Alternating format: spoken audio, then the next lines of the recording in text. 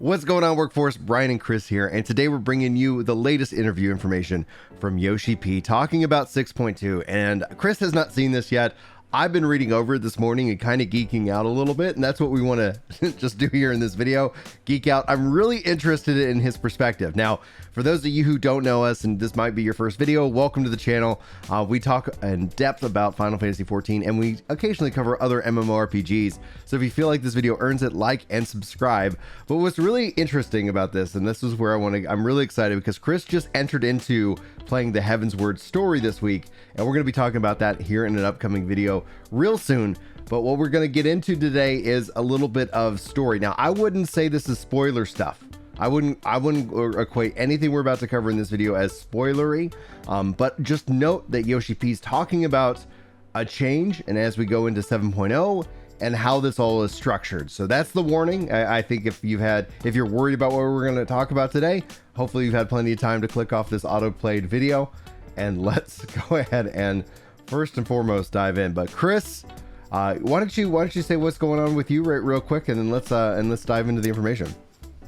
Yeah, this week I'm doing Heavensward for my first time. I did Shadowbringers and then Endwalker, and now I've done all of ARR, Coils, Crystal Tower, and I am getting into Heavensward. So I'm doing about just a little over 20 quests a day, so we'll finish it up in time for the live letter this week.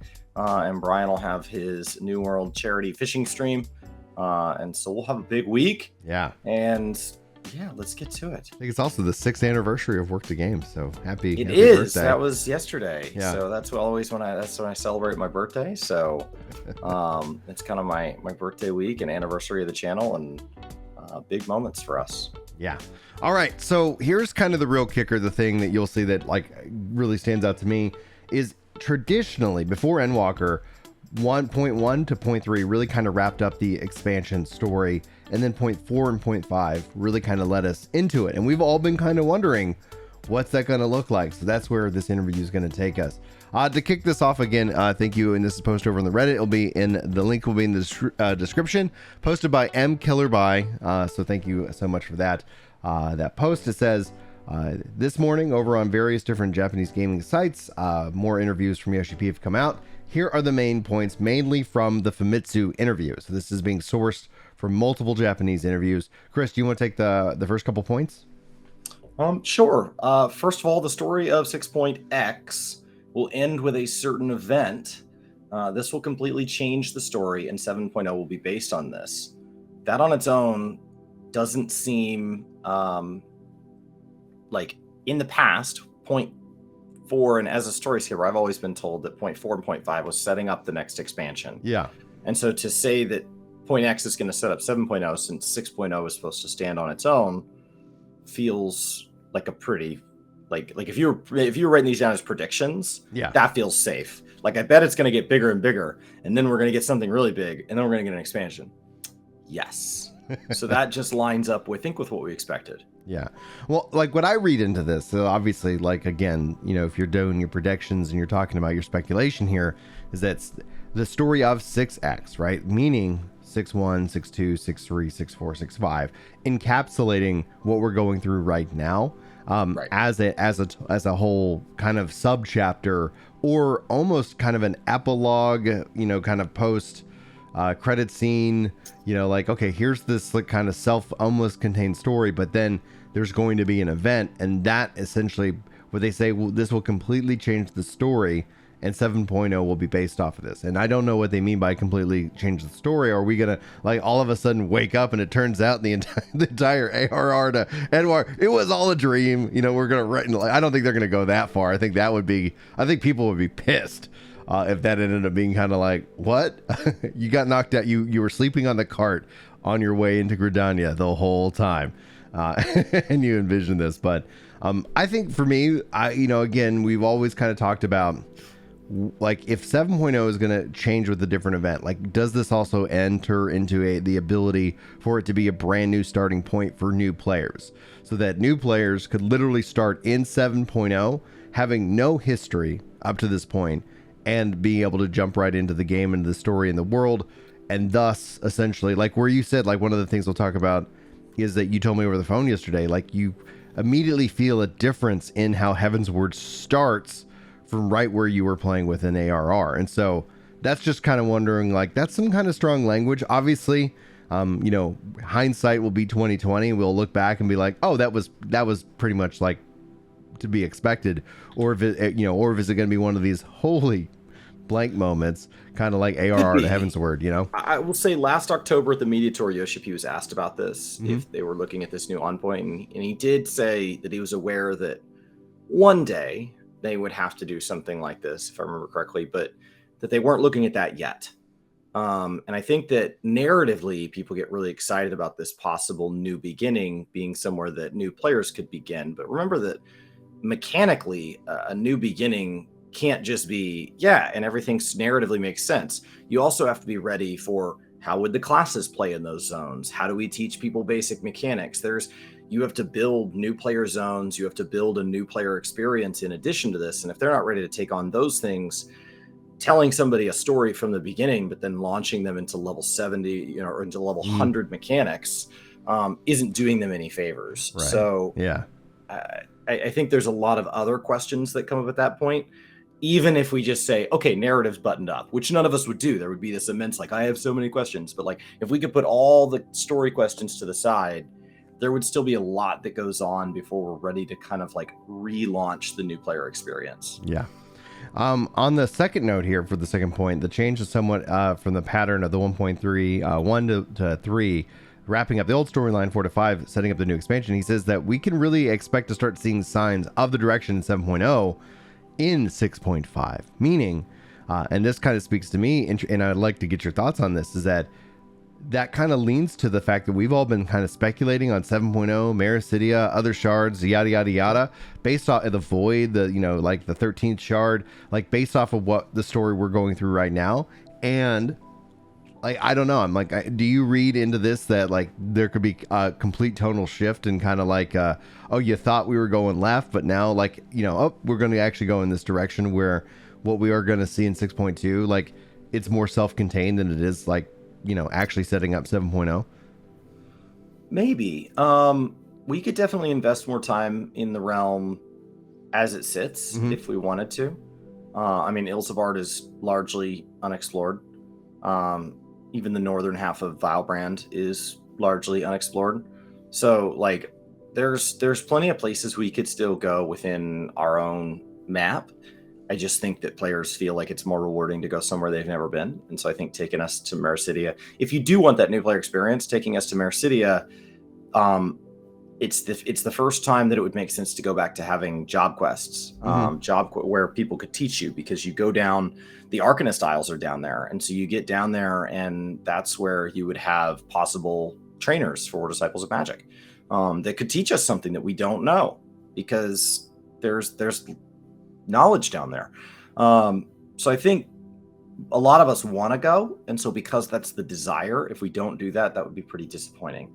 As far as saying 0.5 is going to show us the sign of the direction in 7.0, remember that like 5.5 in hindsight showed us the direction of 6.0, and there was still a lot of stuff you wouldn't have predicted.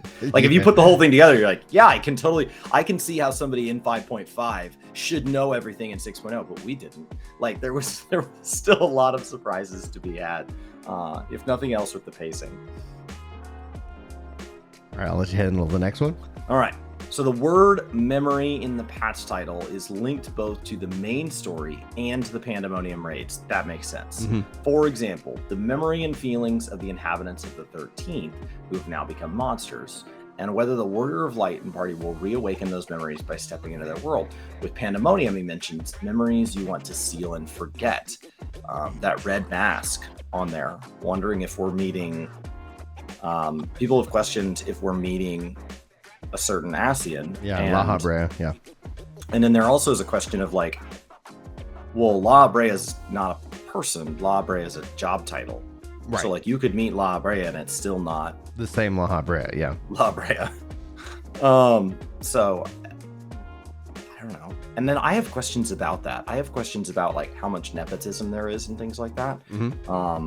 Is one La Habrea the son of another La Habrea, or are they always kind of is it a meritocracy where they're choosing the next best La Brea? Like, I just have questions about Asians, and like, we can look at the handful of times we've seen it turnover, but those are anecdotal. Right. So I'd love to see like more turnover so we can get a feel for what is typical. Right, but then you also look at, you know, Vana and then Azem, you know, it's like they're not related that we know of, you know. It's Correct. like, you know, so it's like there could obviously be that into certain titles and degrees, because again, these, you know, like living beings and with their own kind of motivations, and obviously as we've learned more about the Asians and kind of that moment, like how interesting that is. I think it will be interesting to see though is that in terms of nepotism and just some of the tragedy, like when you look at you know, Emmett Selk, it's like over tens and tens of, like thousands and thousands of years and lifetimes and loss and frustration and suffering, you know, like how that just builds up and builds up to the point where it's like, okay, yeah, like if I was alive for 10,000 years, maybe I'm not, you know, the best version of myself, especially like having to suffer and witness this and to know that it didn't have to be this way, you know. So when you start to kind of think about how like that impact of it, so in terms of that, like if it is the La Habrea, sorry, oh man, if it is that in that sense, that it's like also, you know, perhaps that he was also like twisted and just like despaired and all these things that kind of came into play over the course of the 12,000 years since the Sundering, etc. But that's just, you know, we'll find out, I guess, here soon enough as we start to dive in and have that relationship with him. So the weakest of the Final Fantasy IV fiends will appear first. I think this is water. That's what I would like, because that's the one you fight first in Final Fantasy IV, and I would assume that would mean they're the weakest. But this could be more into the story itself. But yeah, do you have any thoughts on that one? Okay, yeah, that's my guess. That it's going to be water. That's just when I read that, I was like, yeah, that's who we fight first. But who knows? Like, I could be wrong. I could be remembering Final Fantasy IV in this regards. Regarding the new trial, he confirms that this is part of the MSQ this time. So the trial, which is great. I'm excited. I'm wondering if that is going to connect into the Fiends, being that they put these things two together. Helped by the fact that Savage is actually releasing 1 week later this time. He says that he will not be revealed until the day of the patch who will be against in the trial, whether it will be part of a series. He says the trial is a bit more difficult than usual, even on normal. I love that they're going to connect this into the story. It's one of the things that I actually enjoyed about ARR, is that the story did emphasize that trial fight, and that ended up being something really important. And we kind of saw that regulated more to the side story stuff from that point on, which from a speed perspective, I see how I get that. Like, I see how they were like, okay, yeah, we want people to make sure they can jump into this content.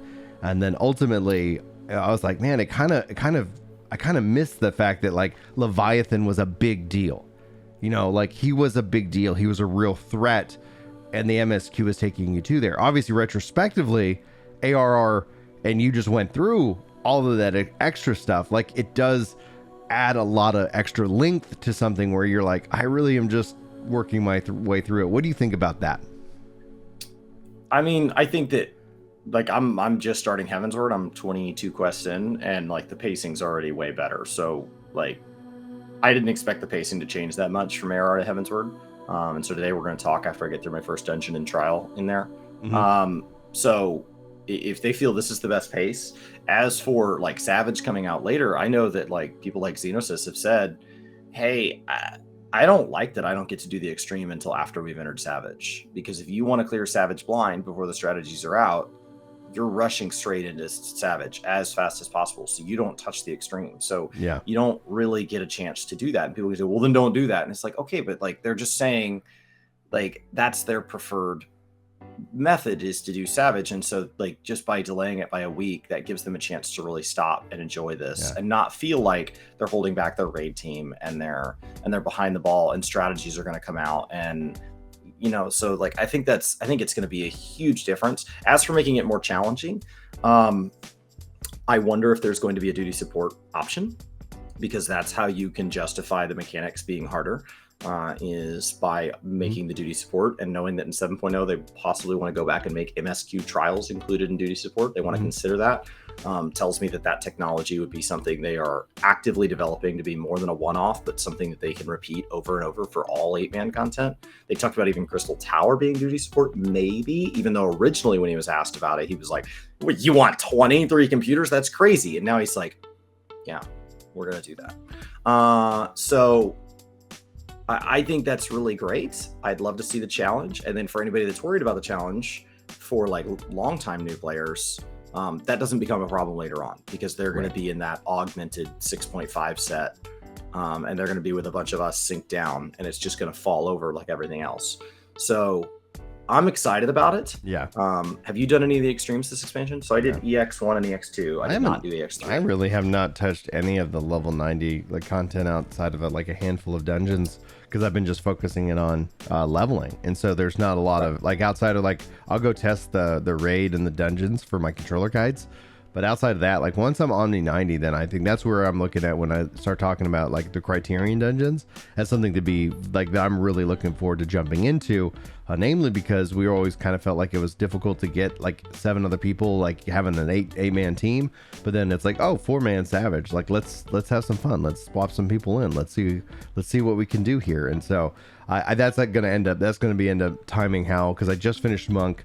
And I'm working on Dancer, so like I got Dancer, Machinist, and Bard left, and so by the time all those are knocked out and leveled, like then I'm really looking forward to the rest of kind of the end game content within Final Fantasy. So maybe that will, actually have me do some extreme stuff.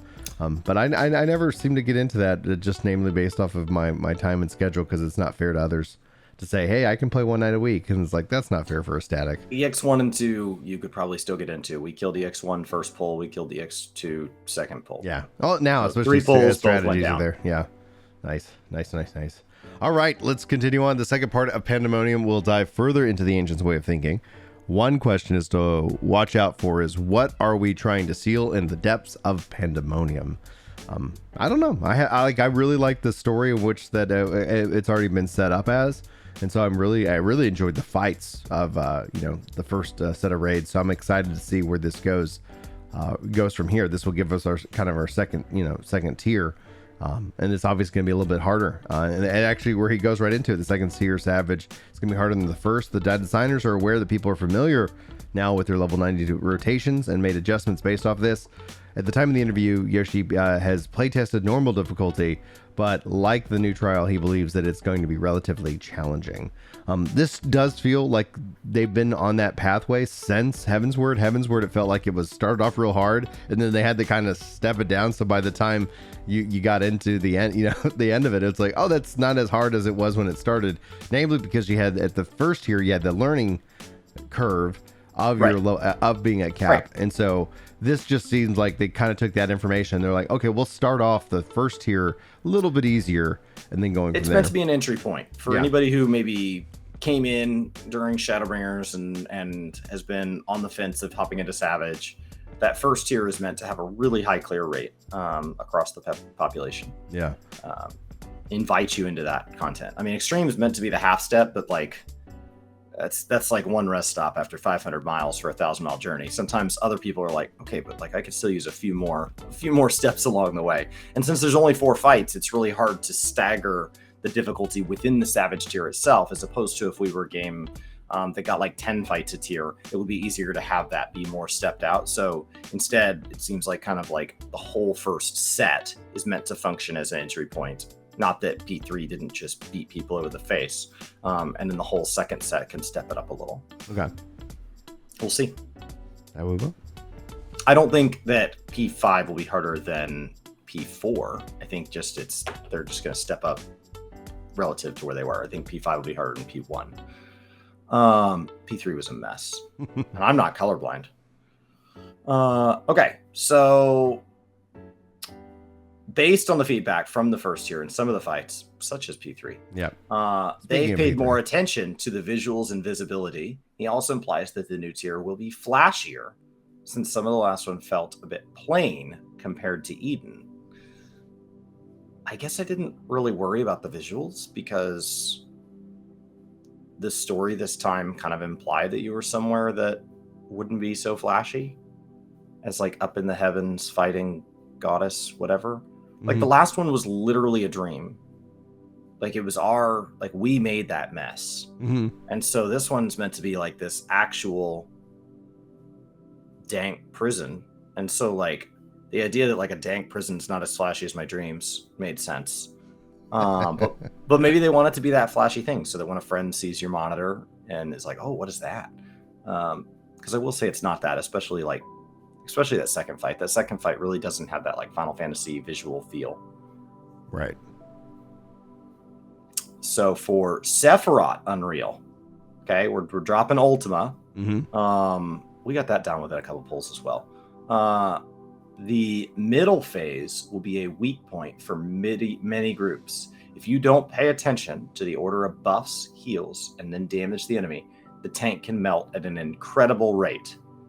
Unreals are so much fun. I haven't really had the chance to mess with them because I'm usually paying attention to leveling. And the other day on stream, people were like, well, let's just do it now. Let's just go do it. And it was an absolute blast. Chaos. And people were like, oh, I'm going to join, but I haven't cleared. I was like, all the better. Like it felt like treasure maps. Like you're going to have to pay attention, but it was just content for the sake of content. And so it felt like you could really just be like, oh, they got yeeted. And you could just laugh. Like it doesn't, it doesn't matter, as opposed to like if you're with a static group who's trying to progress the Savage tier, or I imagine people trying to progress DSU, somebody laughing about wiping the group on phase 3 of DSU, that's not going to be funny after the 100th wipe. Like there's going to come a point where you're like, okay, guys, we've been on this fight for 50 million hours. I was kind of thinking we would be working towards a clear, if that's cool with everybody else. But with Unreal, like I never felt that. With Unreal, every single time somebody got yeeted, I just laughed and was having a good time. And so I'm looking forward to Sephiroth. What's really cool about this is like also like looking at people who've put out like Happy is a good example. The Sephiroth Extreme Guide, like this is where like that actually then has a bigger value, right? Like where you're going to hit those mechanics. Like the mechanics are going to hit hard so that you can actually do it. Like, yeah, you could go run the extreme version unsynced and have no problems and be able to skip mechanics after mechanics. But then essentially when the Unreals come back up, it's, you know, I think algorithmically it's always interesting because I'll see those videos pop up and recommended because people are searching for them and YouTube's like, yo, here you go.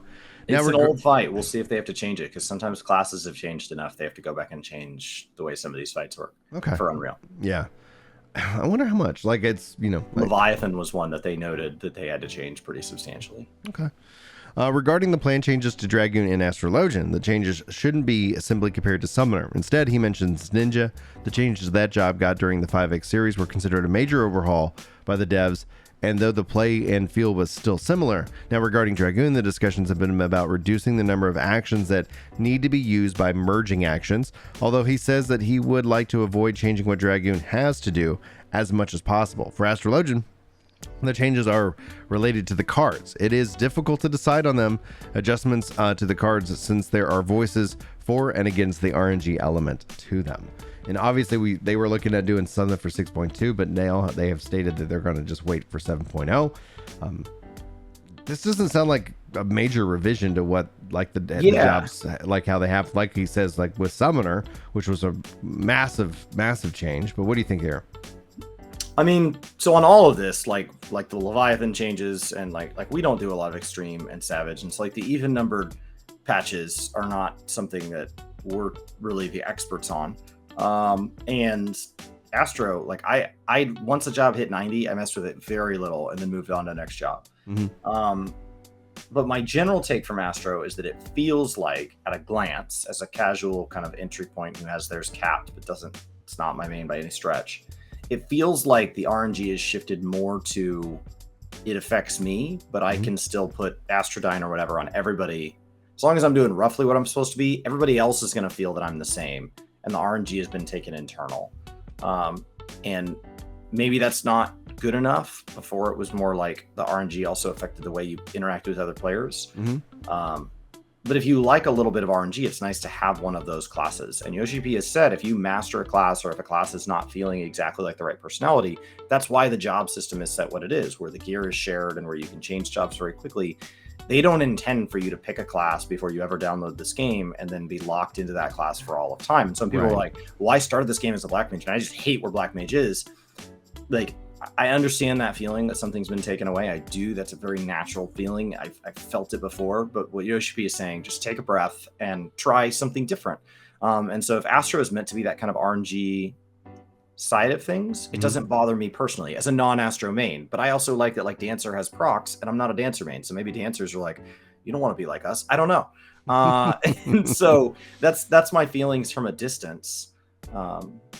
You know, I liked the summoner changes, but I wasn't a summoner main before or after. So I still do, but I know put out by those. Yeah. I know some people are complaining that it's too easy, and it's like I really enjoyed the changes.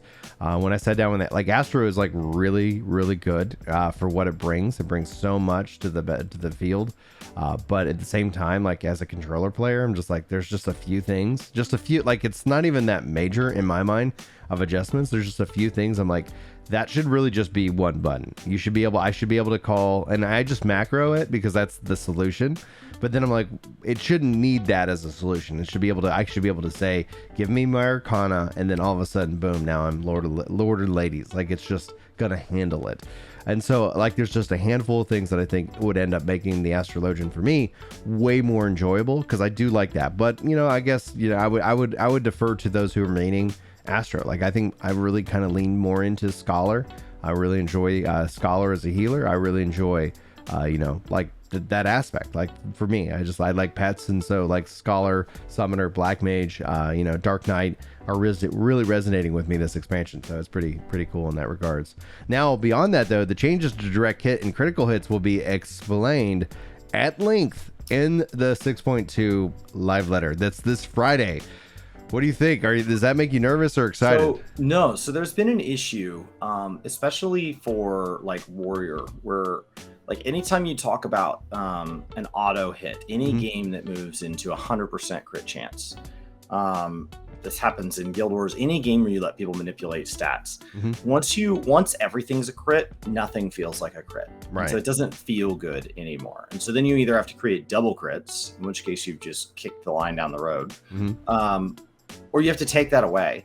And so, like, WoW used to have kind of like a negative crit. They used to have what's called hit rating.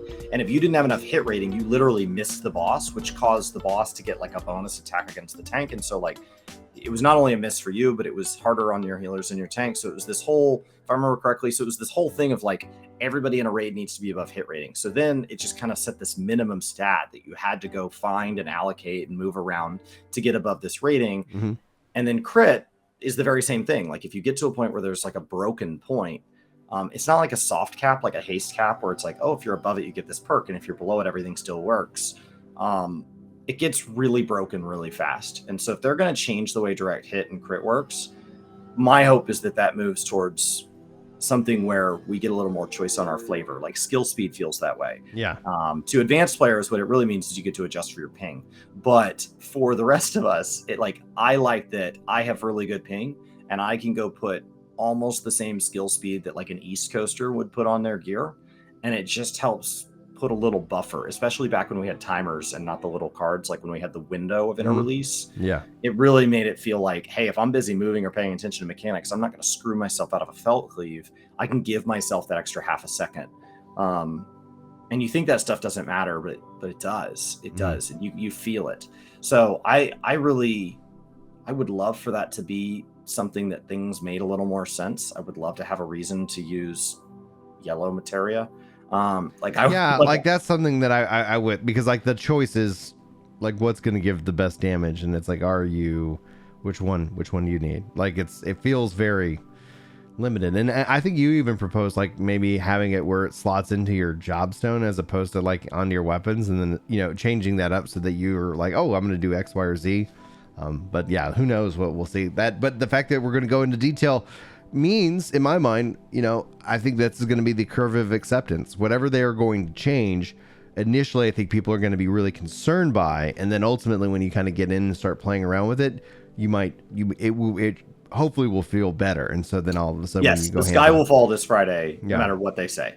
So you could go ask everybody what they want to hear, and you could put everybody in like the 6 camps for the 6 ideas, and no matter which one is picked, at least the other 5 camps will believe the world is falling. It's possible that 6th will realize, oh my gosh, the world is falling.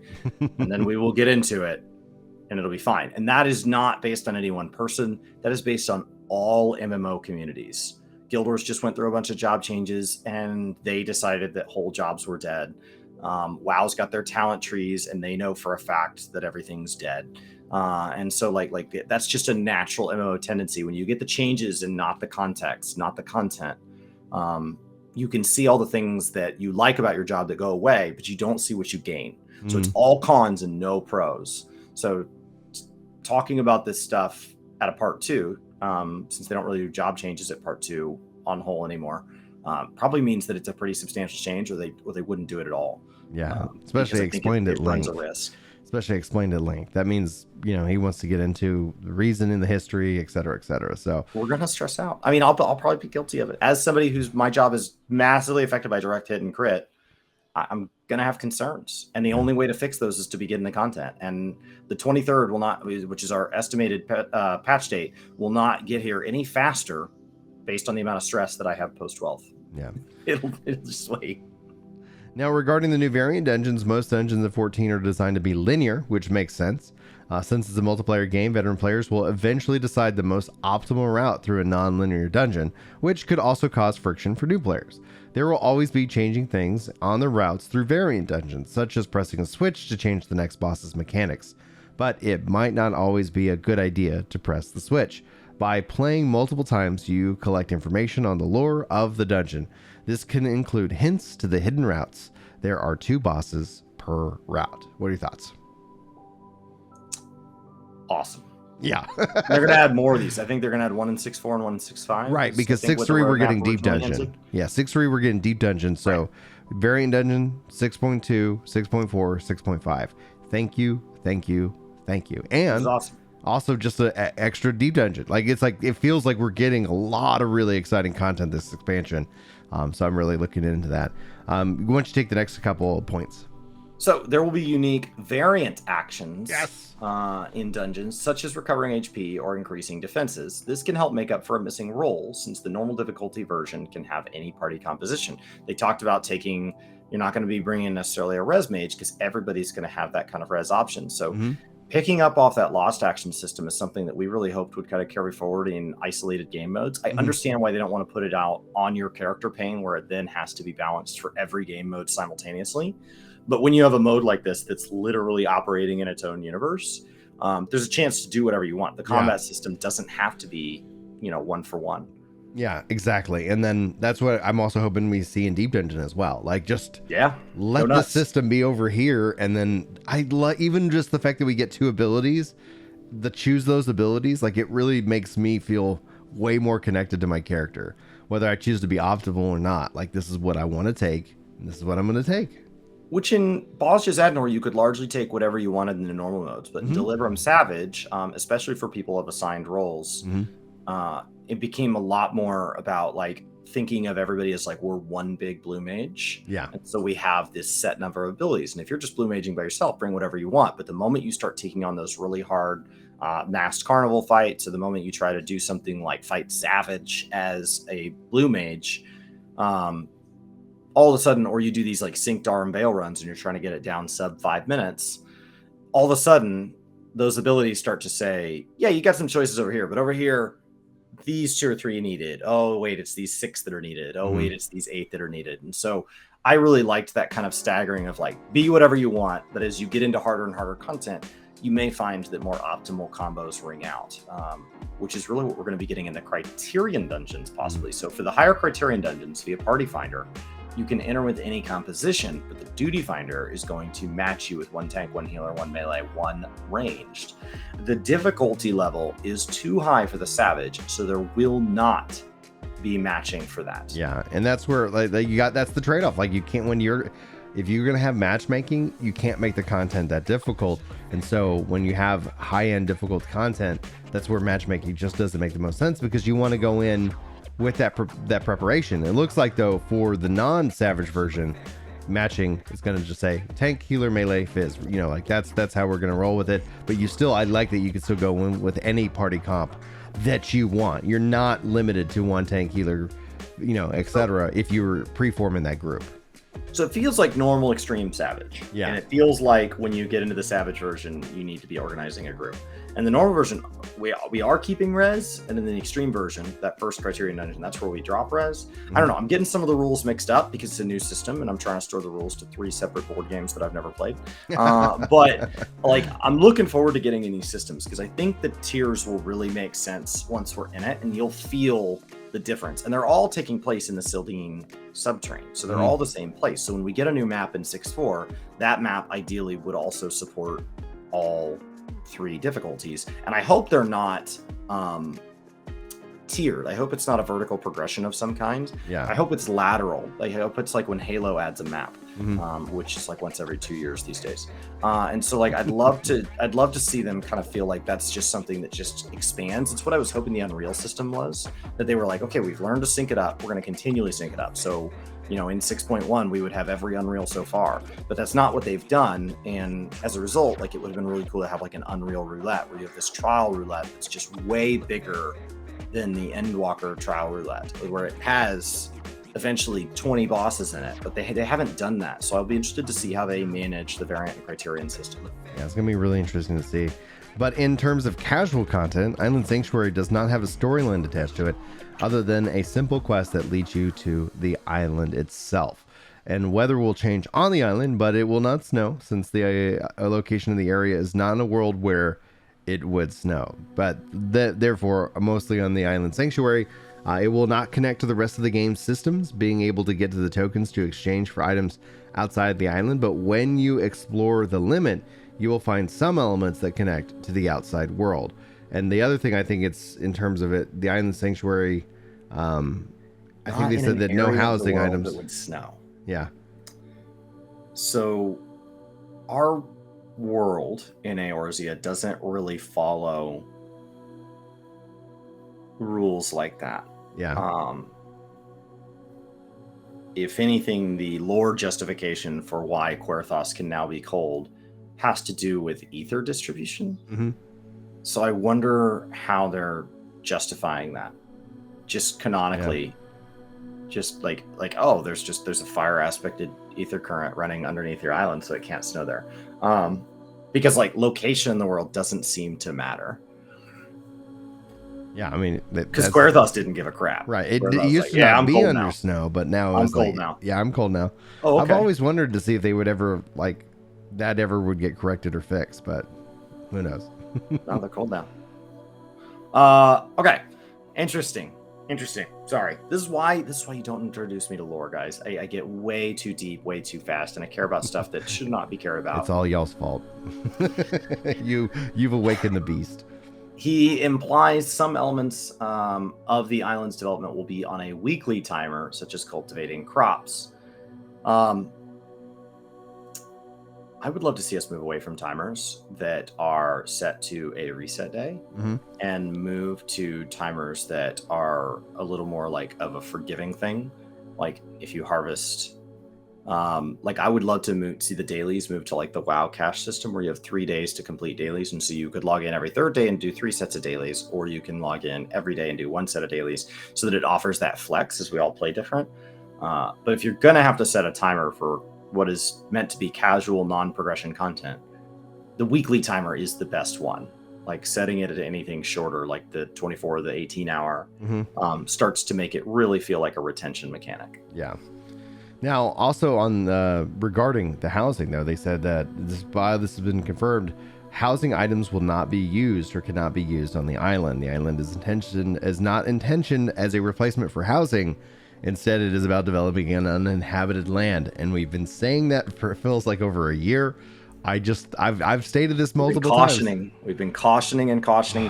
I've stated this multiple times. I'm like, I literally saw an article talking about Animal Crossing is coming to Final Fantasy sooner than expected, and I'm just like, there is no. The quote from Yoshi-P is, "It's not Animal Crossing," and people are like, "I heard Animal Crossing. Oh my god." Warm up the presses. We gotta ship this. We gotta get those clicks.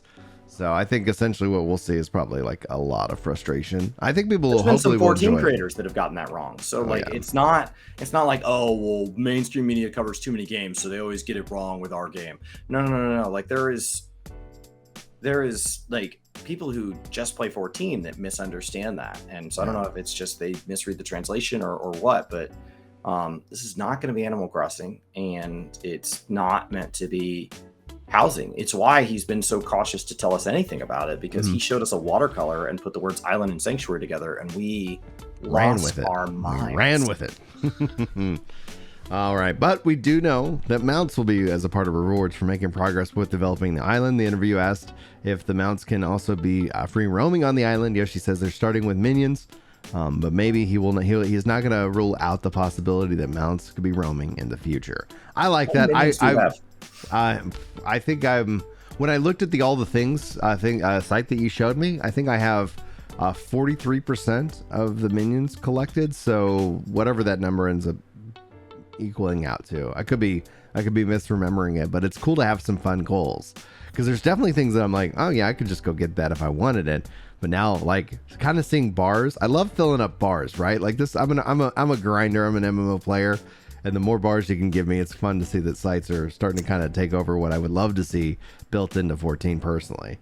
I'm at 62% of all minions, and that I think includes like, oh no, it excludes premium and time limited. So yeah, not that far ahead of you. And what it was, I went and grinded like 50 minions with Data Center Visit the other day. Nice. So I went to Data Center Visit. I set my cap at roughly 15,000 gil, and I filtered for minions I don't have, and I visited every single server across North America, and I acquired like 40 minions. Nice. Some of them were like 6,000 or 7,000 gil. Yeah. I was like, oh. I wasn't even about which minion it was. I was like, I just want more. What do I not have? Yeah. Because they're going to roam this island, and I want so many. Yeah. Cool. So you can queue up for Duty Finder while on the island. This means to me that it is different than an instance server. Yeah. Which starts to tell us kind of the rules of it, which also means you're probably not going to get timed out on your island. So the reason you get timed out on Boz, Jazadnor, or Eureka is because you're over on the instance server, and the instance server has rules. There has to be a timer. So unless they've changed the way that works, it sounds like we could start seeing like all of our social features work, and all of our that'd be nice. Maybe I can activate free company buffs while on my island. There's just a lot of little quality of life things that happen if that's really the case.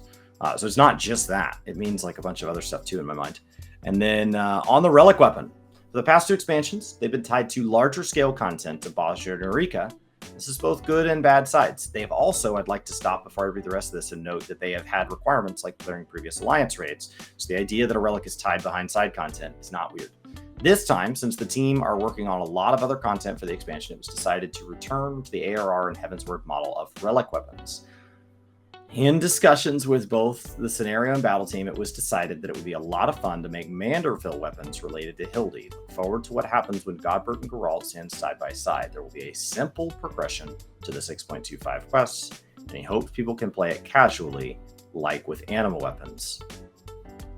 I don't think there's to start. That's not a casual. That wasn't casual. That was nuts though. Like if you were there, like when we were doing that in real time, it was wild because you had all these zones populated and filled, and it was, I think, right around the time the PlayStation, like maybe it was PS4 joined, so there was just like the zones were like massively populated. People were going from place to place to farm them, and if and it's I was the only one on the PS3 in our group, so I found it actively not fun because by the time I would get into the zone, you guys would be like, "Oh, we're on to the next fate," and I'm like, and so I just gave up. I was like, "Oh, that's not fun." Right. Now I have everything on it. Now we're all solid state. So let's go. Let's go. Interesting. I don't define those as casual. Like casual in that like I'm gonna casually write my own memoirs. Like I don't like it's there's pages, and the pages go in books, and the books go in volumes, and the volumes go in bookshelves, and the bookshelves go in libraries, and the libraries go in cathedrals. Like it just felt like a system that just kept growing. Like have you ever chewed something you don't enjoy, and it feels like you taste a food, you don't like it, you don't want to spit it out, and it just feels like it gets bigger and bigger in your mouth. Like the ARR and Heavensward systems, if you don't enjoy them, are like that. I personally enjoyed the Heavensward relic, and I've completed mine. So it didn't feel like that. I did it late. I did it unsynced. I think a lot of people are going to want that Boss Eureka Zone. I think a lot of people are going to be put out by this. Well, it doesn't mean that we won't get a Boss Eureka Zone, but maybe we don't. Maybe we don't have that kind of content this expansion, you know, because we're also getting the variant and the Savage. So it could be a trade-off, or we could just kind of get that kind of content later. But having it not tied to the Relic might end up making it a piece of content that people don't feel like gets forced upon them, right? Like, imagine it's like, hey, especially because it kind of has different rules, while those rules end up being, yeah, for me, very interesting. I really enjoyed. That's actually with Bajra, like that's the first Relic I've ever done because I enjoyed it so much.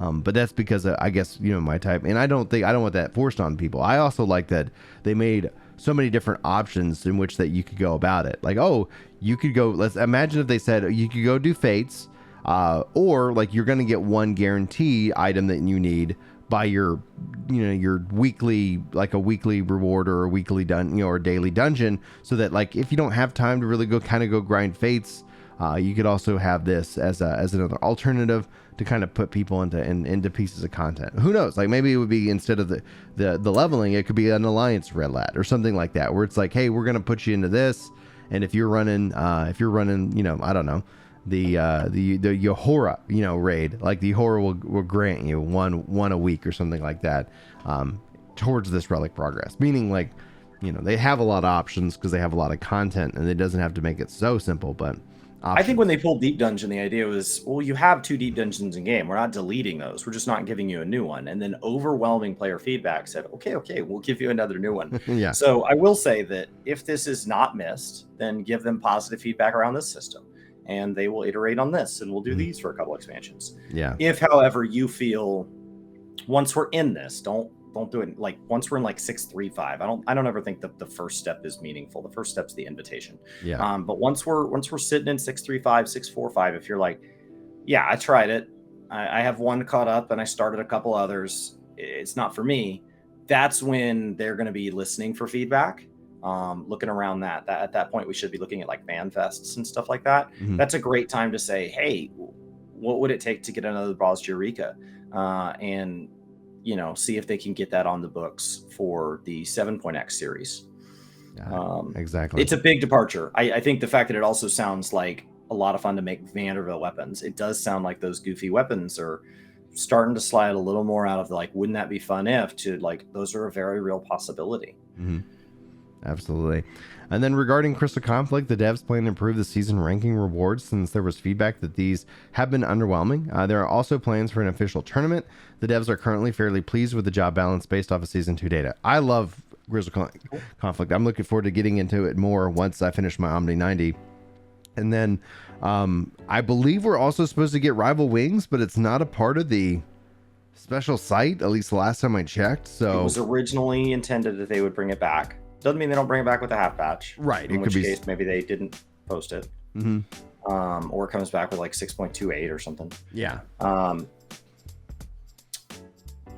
I hope that once they feel everything's balanced, they don't see that as a thing to stop. I'm not like a main PvP player, but what I will say is PvP always feels like more of a living, breathing thing to me. Mm-hmm. And so when the meta settles in and becomes stagnant, as somebody that does play PvP in other games and things like that, like, I don't want to live in a world where Warhammer 40k is perfectly balanced and then it's just the same game forever. Mm-hmm. There is something fun about the fact that it is this ongoing breathing thing. So I hope they continue to say, okay, like, I like this point we got to, I'd like to get to other points like this one. Mm-hmm. So how do we continue to shift the balance, but it never feel like it's broken again? Yeah. As opposed to, we got it balanced once, set it and forget it. We'll see you in 7.0. Yeah, exactly. And then at the end of the interview, you mentions new UI features coming in 6.2. Man, I don't know what that is, but how wild would it be if we start to see like chat bubbles and things like that? Because I know he talked about looking at, and if they have that kind of turnaround, I will be over the moon. Like, in saying, like, if they're talking about new UI features, if that's something like, hey, we saw, you know, these add-ons, and because I was like, man, if they're just starting add-on, implementation, like what this add-on does in the game, holy smokes. Because, like, honestly, the change with the controller to auto target, you know, and have it select off a different, like, closeness or line of sight, etc. Like, I love that. It's so nice as a controller player, and there's a few things that I still want. as a controller player, but like also after seeing many people's UIs when like add-on gate decided to blow up in everybody's face, I was like, daggum, those look great. Like I was like, I'm not using them, but I was like, yeah, like let's get those let's get those in Final Fantasy 14. I'd love me some chat bubbles. I'd love some of what I've seen people doing and using. So I don't know if that's going to be the case, but is there anything you're hoping for when with this line item? No, I never know what it is. We always talk about the different things. Like I would love to see market board updates and things like that. There are things we're always asking for, but at the end of the day, like some of these things, when they do them, you're like, oh, cool. I'm sure that affects somebody. And other times they announce it, you're like, oh my God, you just changed my whole life. Yeah. Like I need to change the way I think about the entire world. And so like there are times that it's just this really amazing thing, but the UI team's always working. So I don't really stress about it too much because I assume whatever didn't make it into this patch is coming eventually. You just gotta wait. Absolutely. All right, guys, on that note, that's all the information we got from the Reddit post. It looks like they're also looking, there still might be more information out there regarding these interviews. So just if there is more that we need to talk about, be sure to check out the channel, subscribe, and more. Check out Gaming Kinda and Gender Prime. Also, we'll be doing the live stream of the live letter this Friday, 6 a.m. Central Time. And hopefully you guys join us for that. It should be good times. Otherwise, we'll get it summarized for you as we normally do. And Chris, you got any final thoughts? Why don't you take us out?